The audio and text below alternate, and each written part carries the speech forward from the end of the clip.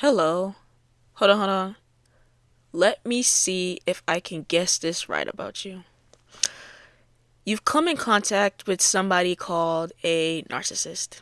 In your most naive, soft ways, they suck the energy right out of you. Like a straw in a soda. Sprite.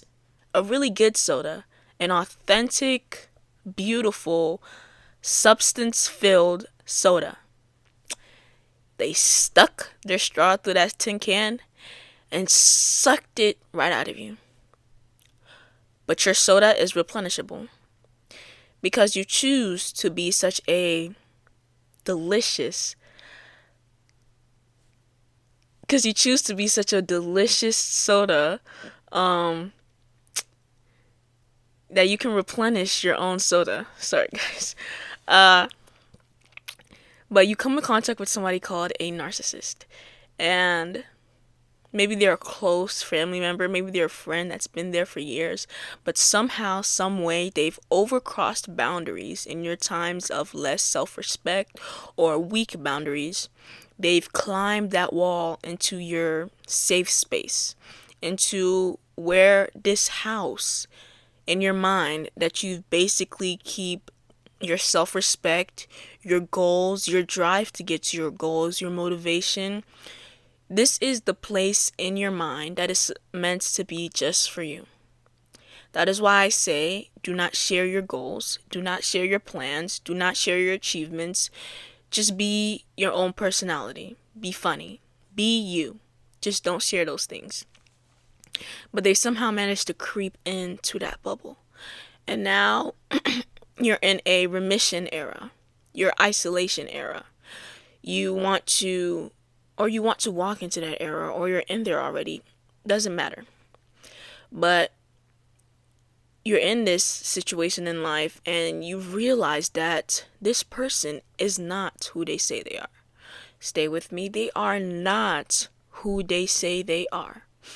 And while working through this grief of this person that you've been surrounding yourself, telling all your business to, telling the things that you want to do in the future, and you're now realizing that those little jokes, those little smart remarks were not jokes, were not smart remarks, they were spiritual attacks. They were meant to plant seeds inside of your head, seeds of unmotivation, seeds of laziness, seeds of to corrupt your self-confidence, make you think that, well, maybe you can't do it as good as you're thinking you can do it, or as good as you're envisioning yourself to do it. One thing on that, if you can imagine it, you can do it exactly how you imagined it. Even I'm learning such a thing in my life, which I think is incredible, a beautiful thing in life, that if you can imagine yourself in a situation, you can 100% believe it, because what you're doing is you are connecting with a version of you that is already there. And between you and that version of you is steps. You have to do this, you have to lock into that, do whatever you can to get that. But that's a different subject. But right now, you're trying to figure out how to do something called gray rocking. Gray rocking is when you shut out a narcissist completely. And for a lot of people, gray rocking is really hard because there's a lot of manipulative methods out there. There is a lot. There is, like, it's incredible how far a person will go just so they can see you dreaming and shut it down. It's incredible. And that is because they do not dream. Once they have an inkling of a dream, their dream is having a dream, they instantly shut it down. So they start with themselves, and and their goal is to corrupt everybody else, to be in this same state of misery, of self-doubt, of cynicism, of pessimism as they are. Is to keep everybody in this vibration of drama, in this vibration of repeating the same cycles. You understand? So When they're able to get to that level with everybody else, or spread their energy to everybody else, it just keeps everybody in this low state of mind, and that's what feeds them. If they are controlling the low state of mind, that's all they have control over. So if a bunch of people are in that company of misery, they have control over a bunch of people. It's a control thing. So that's why I say that if anybody is trying to seek control in your life at all, to cut them off. Get far away. Do whatever you can. Take a step back. Forfeit something. Maybe, not maybe, I don't know. Let's touch back on that subject. But just step back. Try to get away from it. Because it's not pretty. It's not cute. It might have a pretty face. It might have good humor. It might be funny. It might be whatever you think you've imagined it to be. You're perceiving it to be. Whatever it is, it's not that. Step back away from it.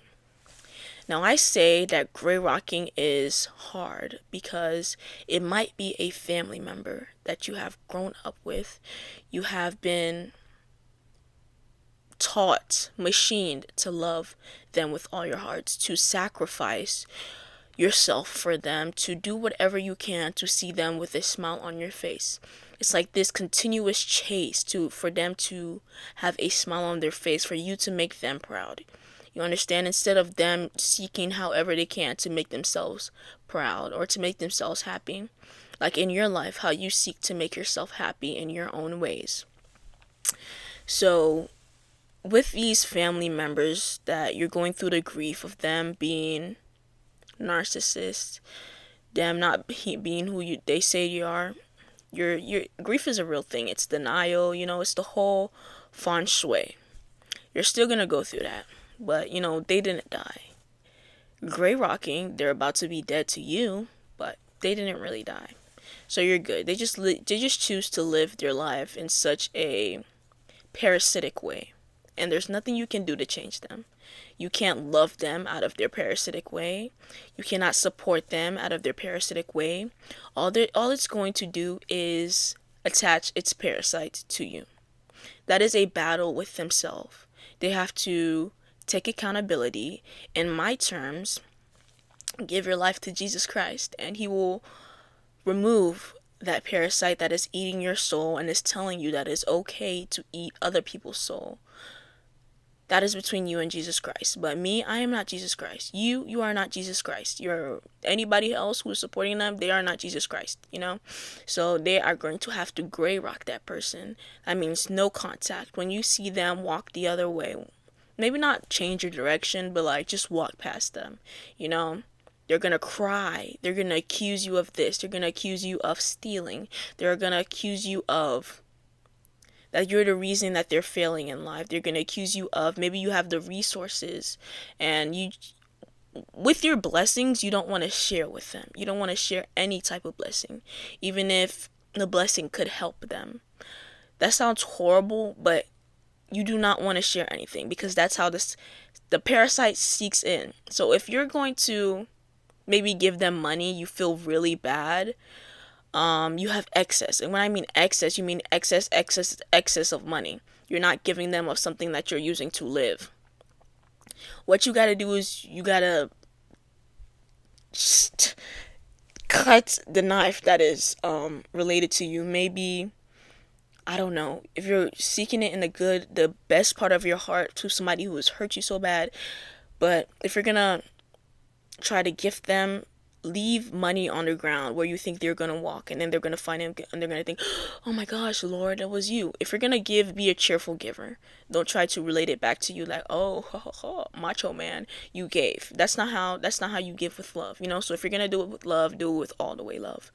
But yeah, absolutely no contact whatsoever. They're going to send other people to monitor your life if they cannot get contact. The whole point is a big cascade of access. All they want to do is to get access to you, to tear you down. You're going to think after 5-10 years, if they do not repent and give their life to Jesus Christ, they're the exact same. They're rotting way more than they were when they made you a target. They are rotting inside of themselves. Please separate yourself. Stay soft, stay sharp, and leave a like on this video. Gray rock that.